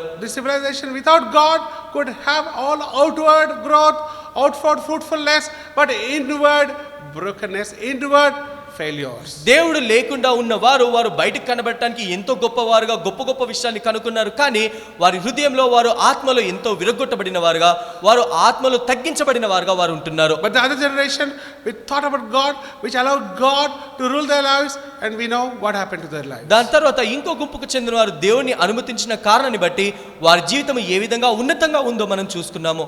Their lives became meaningful to themselves, even through history, even to you and to me today. వారి యొక్క జీవితాలు చూసుకున్నట్లయితే ఒక అర్థసహితంగా ఉన్నాయి. నేటి దినము కూడా మన జీవితంలో ఒక అర్థాన్ని కలిగించేవిగా ఉంటున్నాయి. This morning, కాబట్టి ఉదయకాల సమయం నా ప్రియ యవన సహోదర సహోదరి, మీరు ఎలాంటి పరిస్థితుల్లో జీవిస్తున్నారో మాకు తెలియదు. Of course, as a young person I can understand all your needs and desires for fruitfulness in life. యవనస్తులుగా మన జీవితంలో ఫలించేడు జీవితం గురించి ఆశలు కోరికలు కలిగి ఉంటాము. A desire to come up in life, మన జీవితంలో పైకి రావాలి అన్న కోరిక, and seeking education, employment and many other things. గొప్ప చదువుకోవాలి, ఉద్యోగం రావాలి, ఉన్నతమైన విషయాలు సాధించాలి అనుకుంటాము. We are not saying that seeking those things is by any means wrong. మనము ఆ విషయాల్ని వెతకటము, ఆ విషయాల్ని కోరుకుంటాము తప్పు అని ఏ ఉద్దేశంతో కూడా చెప్పము. But the most important thing is that What do you think about God? ప్రాముఖ్యమైన విషయం ఏంటంటే దేవుని గురించి నువ్వు ఏమని ఆలోచిస్తున్నావు? What place have you given to God in your own personal life? నీ యొక్క వ్యక్తిగత జీవితంలో దేవుడికి ఎలాంటి స్థాయిని నువ్వు ఇస్తున్నావు? If God is not there, ఒకవేళ దేవుడు నీ జీవితంలో లేనట్లయితే your life will be terrible. మీ యొక్క జీవితం చాలా కఠినంగా You may ఉంటుంది. have all the good things, మీరు మంచి మంచి విషయాలు ఎన్నో కలిగి all ఉండవచ్చు, the outward great things, బయటికి కనబడటానికి గొప్ప విషయాలు ఉండవచ్చు, but inwardly, your Can- heart is important. కానీ లోన మీ హృదయం ఎంతో ప్రాముఖ్యమైంది. How is your heart? మీ యొక్క హృదయం ఏ విధంగా How ఉంటుంది? is your heart inside? మీ యొక్క హృదయము లోన ఏ విధంగా ఉంటుంది? Outwardly, you have all good things. మీరు బయటకు కనబడటానికి ఎన్నో మంచి విషయాలు ఉంటున్నాయి. The Bible says బైబిల్ అంటుంది the heart is the most wicked one, మన యొక్క హృదయము ఎంతో దుష్టత్వంతో నిండిదిగా the most ఉంటుంది. deceiving one. అది ఎంతో మోసకరంగా ఉంటుంది. What you need is not a head, but a good heart. మనకు కావాల్సింది మంచి విషయాలు కాదు గాని ఒక మంచి హృదయము. And how is your heart? ఇప్పుడు మన హృదయము ఏ విధంగా Without ఉంటుంది? God. దేవుడు లేకుండా ఉంటుందా? Full of sin and wickedness. పాపముతో దుష్టత్వంతో నింపబడిందా? It cannot bless your life. ఒకవేళ ఆ విధంగా ఉంటే ఏ మాత్రము You ఆశీర్వదించలేడు. may earn a lot of things, but one day they'll all be away. మీరు ఎన్నో విషయాలు సంపాదించుకోవచ్చు కానీ అవన్నీ ఒక దినము వ్యర్థమైపోతాయి. This morning, ఉదయకాల How సమయంలో is your heart? మీ యొక్క హృదయం ఏ విధంగా How is ఉంటుంది? your life? మీ యొక్క జీవితం ఏ విధంగా how is your ఉంటుంది? relation with God? మీరు దేవుడితో కలిగి ఉన్న సంబంధము ఏ విధంగా ఉంటుంది? What is the name of God? దేవుని యొక్క పేరేంటి? The name of God is Jesus. దేవుని యొక్క పేరు యేసు. His name shall be called Jesus. ఆయన యేసు అని పిలువబడను. What is the meaning of Jesus? యేసు అన్న మాటకు అర్థం ఏంటి? He shall save his people from their sin. ఆయన ప్రజలను ఆయన పాపం నుండి రక్షించేవాడు. That's why we need God. We need Jesus this morning. అందుకొరకే మనకు దేవుడు యేసుక్రీస్తు ప్రభు వారు మన జీవితంలో అవసరమైంటున్నాడు. What for? ఎందుకొరకు? Not for entertainment, ఆయన ఏదో మన కోసం సంతోషాన్ని మనకి ఇవ్వడానికి కాదు, not for engineering, లేదంటే ఇంజనీరింగ్ మనకి ఇస్తానికి కాదు, not for any other material thing. లేదంటే ఈ లోకానుసరమైన విషయాలు మన జీవితంలో ఇవ్వటానికి కాదు. We need God for our sinful life. మన దేవుడు మన పాపపు జీవితాన్ని బట్టి మనకు We need అవసరమైంటున్నాడు. God for our sinful nature. మన యొక్క పాపపు స్వభావాన్ని బట్టి మనకు దేవుడు We need అవసరమైంటున్నాడు. God for our sinful heart. మన యొక్క పాపపు హృదయాన్ని బట్టి దేవుడు మనకు అవసరమైంటున్నాడు. What is God saying? దేవుడు ఏమంటున్నాడు? My son, give your heart to me. నా కుమారుడా నీ హృదయం నాకిమ్ము. If you give your heart to him, నీ హృదయము ఆయనకి ఇచ్చినట్లయితే he will change it. ఆయన దాన్ని మారుస్తాడు, He will mold it. ఆయన దాన్ని పట్టుకుంటాడు, He will give you a new heart. ఆయన ఒక నూతనమైన హృదయం నీకు And ఇస్తాడు. your life will be new forever. అప్పుడు నీ హృదయము నీ జీవితం ఒక నూతనముగా మార్చబడుతుంది. And a life with God దేవుడిలో ఉన్న జీవితము will be full of good. ఒక మంచి జీవితముగా And మార్చబడుతుంది. hence your life will be a hero. ఆ కారణాన్ని బట్టి మీరు విజయమును పొందేవారుగా ఉంటారు. This morning, dear brothers and sisters, ఈ ఉదయకాల సమయంలో ప్రియ సోదరి as we begin the సోదరులారా, new year, మనం నూతనమైన సంవత్సరం as God is ఆరంభించేటప్పుడు once again talking about, దేవుడు మరొకసారి మనతో మాట్లాడుతున్నాడు. how is your heart? నీ యొక్క హృదయం ఏ విధంగా Where ఉంది? is your heart? నీ యొక్క హృదయం ఎక్కడ ఉంటుంది? Who is in your heart? నీ హృదయంలో ఎవరుంటున్నారు? What makes your heart? నీ యొక్క హృదయం ఏమి చేస్తుంది? If sin in you, పాపము నీలో ఉందా? if wickedness in you, దుష్టత్వము నీలో ఉందా? ungodliness in you, నేను దైవికము లేని జీవితం ఉందా? that is not going to be any better for you. ఒకవేళ ఆ విధంగా ఉన్నట్లయితే ఏ మాత్రము నీకు ఉపయోగకరంగా That's why Lord ఉండదు. is saying, అందుకొరకే దేవుడు అంటున్నాడు, come unto me. నా దగ్గరికి రండి. God is saying, దేవుడు అంటున్నాడు, if you abide with me, నీవు నాలో ఉన్నట్లయితే, and I abide with you, నేను నీలో ఉన్నట్లయితే you shall be fruitful. నువ్వు ఫలించడు వారుగా What does the ఉంటావు. word of God say? దేవుని యొక్క వాక్యం ఏమంటుంది? He who covereth his sin shall not prosper. పాపంలో కప్పిపుచ్చుకున్నవాడు ఏ మాత్రము వర్ధిల్లడు అంటుంది. He who covereth his sin shall not prosper. పాపంలో కప్పిపుచ్చుకున్నవాడు ఏ మాత్రము వర్ధిల్లలేడు. In other words, there is a connection between your sin and your success. ఇంకో మాటలు చెప్పాలంటే మీ పాపానికి మీ యొక్క విజయమును పొందే జీవితానికి సంబంధం ఉంటుంది. In sin, you cannot be fruitful. పాపంలో ఉన్నట్లయితే ఏ మాత్రం ఫలించలేరు. In sin, you cannot be victorious. పాపంలో ఏ మాత్రం విజయాన్ని పొందలేరు. In sin, you cannot have any blessed life. పాపంలో ఎలాంటి ఆశీర్వాదకరమైన జీవితం ఉండదు. You may have everything else. మీరు సమస్తాన్ని కలిగి But ఉండవచ్చు, in sin, కానీ పాపం ఉన్నట్లయితే everything is zero. అన్ని కూడా శూన్యమైపోతాయి. That's why God is talking to you, dear brothers. అందుకొరకే దేవుడు మీతో మాట్లాడుతున్నాడు ప్రియ This సోదరుడా morning, సోదరి. what do you want to do with God? ఈ యొక్క ఉదయకాల సమయంలో దేవుడితో మీరు ఏం చేయాలనుకుంటున్నారు? Will you allow God to come into your heart? ఆయన మీ హృదయంలోకి రావటానికి మీరు Have ఆహ్వానిస్తారా? you ever thought of your sinful life? మీ యొక్క పాపపు జీవితం గురించి ఎప్పుడైనా ఆలోచించారా? Would you fear God this morning? ఈ యొక్క ఉదయకాల సమయంలో మీ దేవుని బట్టి For భయపడండి. all the sins that you are doing, మీరు చేసే పాపమును బట్టి భయపడండి. have you known what are the consequences of those sins? ఆ చేసే పాపాల యొక్క పరిణామములు ఏ విధంగా ఉంటాయో మీకు తెలుసా? What are the consequences of your sins? మీ యొక్క పాపము యొక్క ఫలితము ఏ విధంగా ఉంటుందో తెలుసా? What does the Bible say? Bible ఏమంటుంది? What does the word of God say about దేవుని the యొక్క- behavior of sin? పాపము యొక్క ప్రవర్తన గురించి దేవుని యొక్క వాక్యం ఏమంటుంది? Do you know how sin behaves in your life? పాపం మీ జీవితంలో ఏ విధంగా ప్రవర్తిస్తుందో మీకు తెలుసా? At least 5 things we would like to see and close. కనీసం 5 విషయాలను చూసి ఈ సెషన్ ని ముగించుకుందాము. Firstly, మొట్టమొదటిది, sin always want a covering. పాపము ఎప్పుడు కప్పిపుచ్చుకుంటానికి ప్రయత్నిస్తుంది. The moment it commits a sin, మనం ఏ క్షణానైతే పాపము చేస్తామో it says cover it as much as you can. అదంటుంది నువ్వు ఎంతగా వీలైతే అంతగా కప్పిపుచ్చుకో Don't అంటుంది. worry, nobody has seen your sin. భయపడకు, ఎవరు కూడా చూడలేదు, కప్పిపుచ్చుకో. You are intelligent enough, you can cover it very నువ్వు well. ఎంతో తెలివిమంతుడివి, నువ్వు దాని నుండి తప్పించుకోగలవు. That's what happened to Adam also. ఆదాముకు అదే విధంగా జరిగింది. That's why we are sitting here. అందుకొరకే ఇక్కడ కూర్చున్నాం. If Adam confessed his sin instead of covering his sin, ఒకవేళ ఆదాము తన పాపాన్ని ఆ విధంగా ఒప్పుకొని ఉండుంటే our lives would have been very different. మన జీవితాలు ఎంతో వేరుగా ఉండేవి. Who told him to cover his sin? అతని పాపాన్ని కప్పిపుచ్చుకోవాలని ఎవరు అతనికి చెప్పారు? Sin wants covering all the time. పాపము ఎప్పుడు కప్పిపుచ్చుకోవాలని చూస్తుంది. Secondly, రెండోదిగా, how does sin behave? పాపం ఏ విధంగా ప్రవర్తిస్తుంది? Sin wants to escape or to justify. పాపము ఎప్పుడు సాకుల్ని వెతుకుతుంది, తప్పించుకుంటానికి ప్రయత్నిస్తుంది. Sin wants to always escape. పాపము ఎప్పుడు తప్పించుకోవాలనుకుంటుంది. God asked Adam, Adam, what are you? Where are you? దేవుడు ఆదామును అడుగుతున్నాడు, ఆదామా నువ్వు ఎక్కడున్నావు Then what did అంటున్నాడు. Adam do? అప్పుడు ఆదాము ఏమన్నాడు? Adam began to tell a wonderful story to God. ఆదాము ఇప్పుడు ఒక చక్కని కథను దేవుడు కలుతున్నాడు. What did he say? ఏమంటున్నాడు? God, దేవా, I was very fine, నేను చాలా బాగున్నాను, and you are so good, you gave all the animals under my custody. నువ్వు ఎంత మంచి దేవుడు అంటే ఈ జంతువులన్నీ ఏలమని ఏలేవాడుగా నన్ను చేశావు. What a wonderful time it was it, playing with them and giving their names. నువ్వు జంతువులతో ఆడుకుంటాము, జంతువులతో సమయాన్ని గడపటము ఎంత మంచిగా ఉండేది, ఎంత బాగుండేది. How beautiful was the rabbit and the cat and the lion and the tiger. ఆ కుందేలు, ఆ సింహము, ఆ ఎలుకలు, అవన్నీ జంతువులు ఎంత బాగుండేవి, ఎంత బాగొచ్చి ఆడుకునేవి. I never saw in their wildness. నేను ఎప్పుడు కూడా వారిలో క్రూరత్వము ఆ జంతువుల్లో నేను చూడలేదు. They were so beautiful to play. అవి ఎంతో చక్కగా ఉండేవి, చాలా బాగా నాతో I had a wonderful fellowship with them. నాకు వాటితో ఎంతో బాగా సహవాసం ఉండేది. A wonderful relation with them. నాకు వాటితో ఎంత మంచి గొప్ప సంబంధం ఉండేది But దేవా. what happened to God all of a sudden? కానీ దేవా, నీకు అనుకోకుండా ఏమొచ్చింది, ఎందుకు ఏం చేశావు? You made me to sleep one day. నువ్వు అనుకోకుండా నన్ను పడుకోమని ఒక రోజు పండుకోబెట్టావు. Then I slept nicely. సరే, నువ్వు పడుకోమన్నావు కదా అని నేను పడుకున్నాను. And I woke up and realized నేను పడుకొని నిద్రలేసి కళ్ళు తెరిచి చూసే లోపల there's a new person in front of me. ఎవరో కొత్త వ్యక్తి నా ముందు నిలబడింది. And you gave her, నువ్వు ఆమెను నాకు ఇచ్చావు, and that lady gave me the fruit.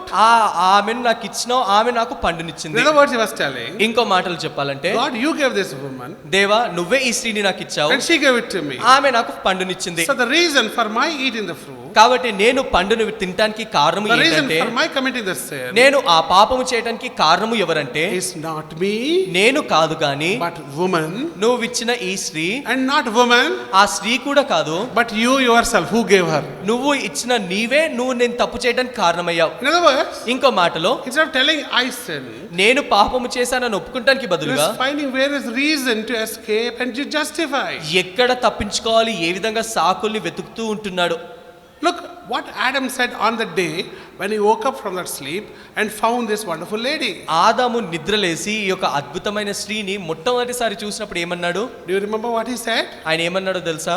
I'm sure all of us are good Bible readers. మనమందరం చాలా బాగా చక్కగా బైబిల్ చదువుకుంటామని నేను అనుకుంటున్నాను. The moment he saw Eve, ఏ క్షణానైతే అవ్వను చూశాడో what did he say? ఏమన్నాడు?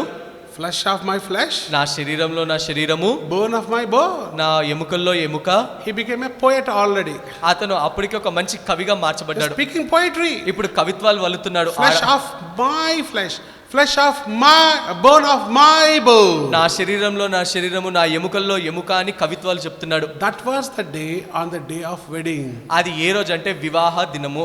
But today is different. కానీ ఈ రోజు వేరుగా ఉంది. Today is not the day of wedding, but the day of sinning. ఈ రోజు పెళ్లి చేసుకున్న రోజు కాదు కానీ పాపం చేసిన రోజు. So what is he saying today?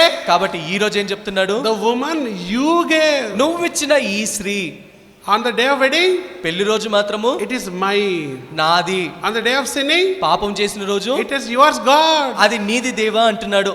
Trying to escape. ఆ విధంగా తప్పించుకుంటున్నాడు. So God was patiently hearing this. కాబట్టి దేవుడు మాత్రం ఓపికతో వింటూ, And God said, దేవుడు అన్నాడు, okay Adam, సరే ఆదామా, where is your madam? మీ యొక్క అమ్మాయి ఎక్కడ పిలువ అన్నాడు. So God was asking Eve. కాబట్టి ఇప్పుడు అవ్వ ఎక్కడని So అడిగాడు. Eve, what did you do? ఇప్పుడు అవ్వేం చేసింది? And Eve said, ఇప్పుడు అవ్వ she అంటుంది, did the same thing. ఆమె కూడా అదే విధంగా Flesh of చెప్తుంది. my flesh and bone of my bone. నా శరీరం నా శరీరము, నా ఎముకల So ఎముక she ఆమె was కూడా doing the కవిత్వాలు same చెప్పింది. thing like Adam. ఇప్పుడు ఆదాము చెప్పినట్టుగానే చెప్పింది. She said, ఆమనింది, the serpent deceived me. ఆ సర్పము నన్ను మోసగించింది. Look, both of them are trying to escape. కాబట్టి గమనించండి, ఇద్దరు తప్పించుకోవడానికి వెతుకుతున్నారు. This is how sin will behave in your life. ఆ విధంగా పాపం మన జీవితంలో ప్రవర్తిస్తుంది. Beware, be careful. జాగ్రత్తగా ఉండండి. Thirdly, మూడోదిగా, when Adam sinned, ఆదాము పాపం చేసినప్పుడు the punishment fell not only upon him, ఆ శిక్ష అనేది ఉగ్రత ఆదాము ఒక్కడి మీద పడలేదు, కానీ the punishment fell upon the entire human race. ఆ శిక్ష మానవాళ్ళందరి మీద మోపబడింది. Sin has not only a personal cost, but also a public cost. పాపం అనేది వ్యక్తిగతంగా మాత్రమే నష్టాన్ని తేదు, కానీ ప్రజలందరినీ సమాజంగా అది నష్టాన్ని కలిగించేదిగా In ఉంటుంది. other words, sin will affect you, but also many others around you. ఇంకో మాటలు చెప్పాలంటే పాపము నిన్ను నష్టపరుస్తుంది, నీతో పాటు నీ చుట్టుపక్కల ఉన్న వారందరినీ నష్టపరుస్తుంది. Don't think I sinned, so I will only suffer. అనుకోకండి నేను పాపం చేశాను కాబట్టి నేనే నష్టపోతాను, నేనే The బాధపడతానని. cost of sin is so high, ఈ పాపం యొక్క విలువ ఎంతో ఖరీదైంది. it will affect everybody else. అది మన చుట్టుపక్కల ఉన్న వారికందరికీ నష్టాన్ని కలగజేసేదిగా When ఉంటుంది. Noah was going to the wrong place, Jonah was going to the wrong place, యోనా తప్పుడు ప్రదేశానికి దేవుని ఆజ్ఞను మీరి వెళ్తున్నప్పుడు what happened to him? యోనాకి ఏం జరిగింది? The sinner is sleeping comfortably down below. పాపము చేసిన వ్యక్తి మాత్రము చాలా సుఖంగా ఓడ కింద వెళ్లి పడుకున్నాడు. But look what's happening to the other passengers. కానీ అతనితో కూడా ప్రయాణం చేసే వారికి ఏం జరుగుతుందో గమనించండి. Oh, they were in great tension. వారు ఇప్పుడు ఎంతో కలవరంలో ఉంటున్నారు. The storm is around. They are willing to throw and lose all their precious belongings. ఇప్పుడు గొప్ప తుఫాన్ వచ్చింది, వారు కలిగి ఉన్న ప్రశస్తమైన విషయాలన్నింటినీ పడేస్తున్నారు, పోగొట్టుకుంటున్నారు. Why do I have to suffer and why do they have to lose like this? ఎందుకు, ఏవి కారణాన్ని బట్టి వారు ఆ విధంగా బాధపడాలి, అంత గొప్పగా వారు నష్టపోవాలి? What sin have they committed? వారు చేసిన పాపం ఏంటి? What wrong have they committed? వారు చేసిన తప్పేంటి? They have not known Noah nor his sin. వారు ఆ యోనా ఏం చేశాడో ఆ పాపము ఏంటో కూడా వాళ్ళకి తెలియదు They కదా. doesn't even know the man. వారు ఆ మనుషుని కూడా తెలియకుండా వారు ఉంటున్నారు కదా. But this man sinned and they will have to suffer. ఈ యొక్క మనుషుడు చేసిన పాపాన్ని బట్టి వారందరూ బాధపడాలి, The నష్టపోవాలి. moment Jonah is thrown out, then their lives become peaceful. ఏ క్షణానైతే యోనాను సముద్రంలో పడేశారో ఆ క్షణాన వారి జీవితము నెమ్మదిగా ఉంటుంది. As long as they have Jonah, their lives in danger. వారి యొక్క యోనాను కలిగి ఉన్నంత వరకు వారి జీవితము అపాయంలో ఉంటుంది. That's what sin can do. పాపము ఆ విధంగా It చేయగలదు. can affect your people around. నీ చుట్టుపక్కనున్న నీ ప్రజలకందరికీ అది నష్టాన్ని, కలవరాన్ని తేగలదు. When Gehazi sinned, గెహాజీ తప్పు చేసినప్పుడు the leprosy, the curse came upon his family, his household. ఆ కుష్ఠరోగము, ఆ ఉగ్రత అతని పైన, అతని కుటుంబ సభ్యులందరి పైన వచ్చింది. I'm sure his wife may not have any knowledge of the sin, Cut. nor his children any knowledge or part of that sin. ఖచ్చితంగా అతని భార్యకు, అతని పిల్లలకు ఆ గెహాజీ చేసిన పాపంలో ఎలాంటి ఆలోచన గాని, ఆ దాని గురించిన విషయం గాని ఏమాత్రం తెలిసి ఉండదు. But they will have to suffer along with Gehazi. కానీ వారు గెహాజీతో పాటు వారు ఆ నష్టాన్ని అనుభవించాలి. What a terrible consequence of sin. పాపను బట్టి ఎంత గొప్ప నష్టాన్ని చూడగలము. So beware, sin is very, very expensive. కాబట్టి చాలా జాగ్రత్తగా ఉండండి. పాపము ఎంతో విలువైంది, No, ఖరీదైంది. ఖరీదైంది. And fourthly, నాలుగోదిగా, one sin leads to more sins. ఒక్క పాపము అనేకమైన పాపాలకు కారణమవుతుంది. Sin is very hungry all the time. పాపము ఎంతో ఆకలితో ఉంటుంది. It will slowly start off with one sin. అది మొట్టమొదటిగా ఒక్క పాపంతో ఆరంభించి It will spread to so many other activities of your life. దాని తర్వాత మీ జీవితంలో అనేకమైన పాపాలు చేయడానికి కారణమవుతుంది. And fifth truth about sin, పాపం గురించి ఐదో సత్యము, time will not bury your sin.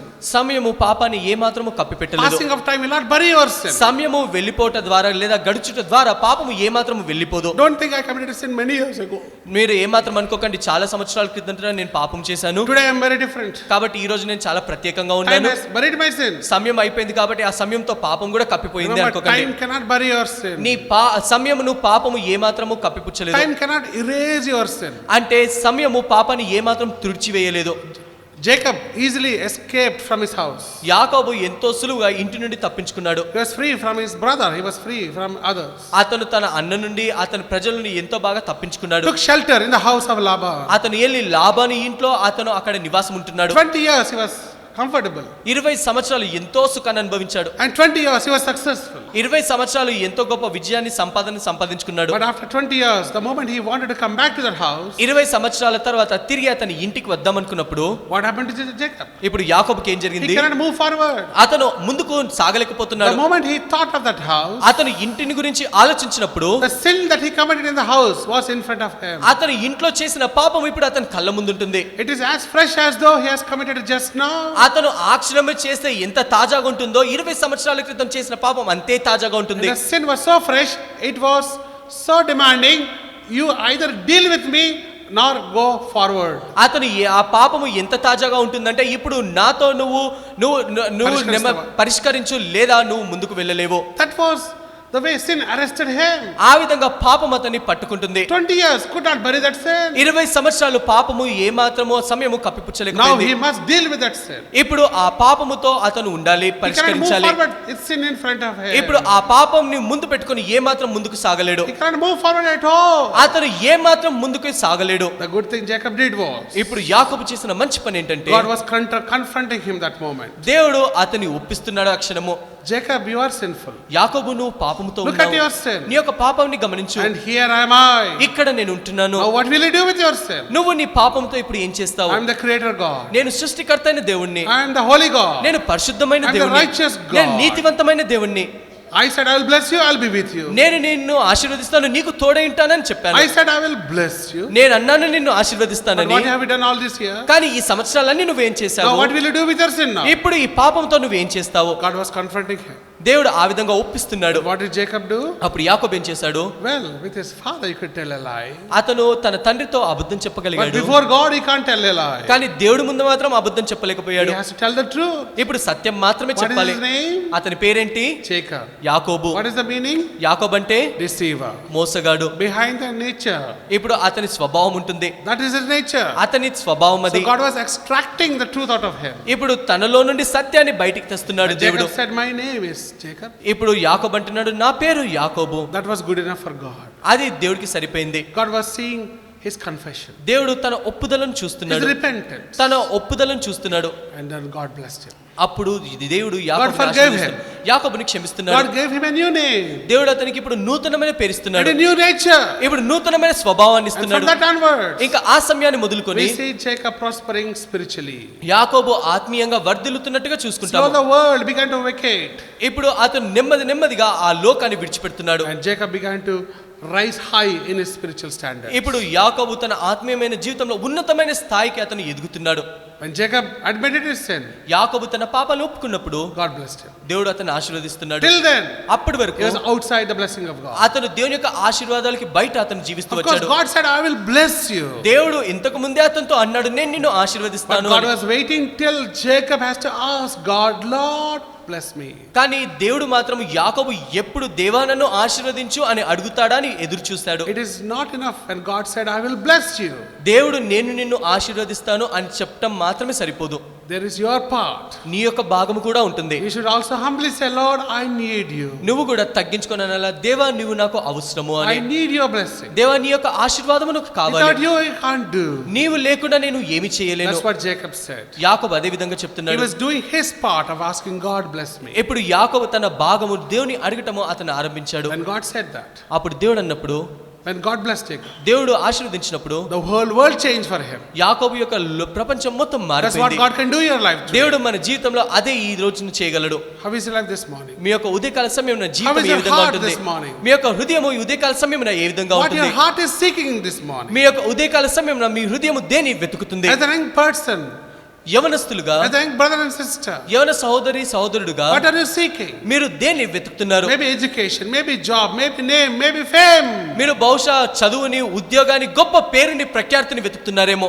They are not going to help you. అవి మీకు ఏ మాత్రము సహాయం చేయదు. They are going to reduce you into a mechanical person. అవి మిమ్మల్ని ఒక సామాన్యమైన మనిషిగా ఉండటానికి మాత్రమే మిమ్మల్ని తగ్గిస్తుంది. But if you come to God, కానీ దేవుడి దగ్గరికి వచ్చినట్లయితే, you repent for your sins, మీ పాపాల గురించి పశ్చాత్తాప పడినట్లయితే God will change your life. దేవుడు మీ జీవితాన్ని మారుస్తాడు. Shall we pray? ప్రార్థించుకుందాము.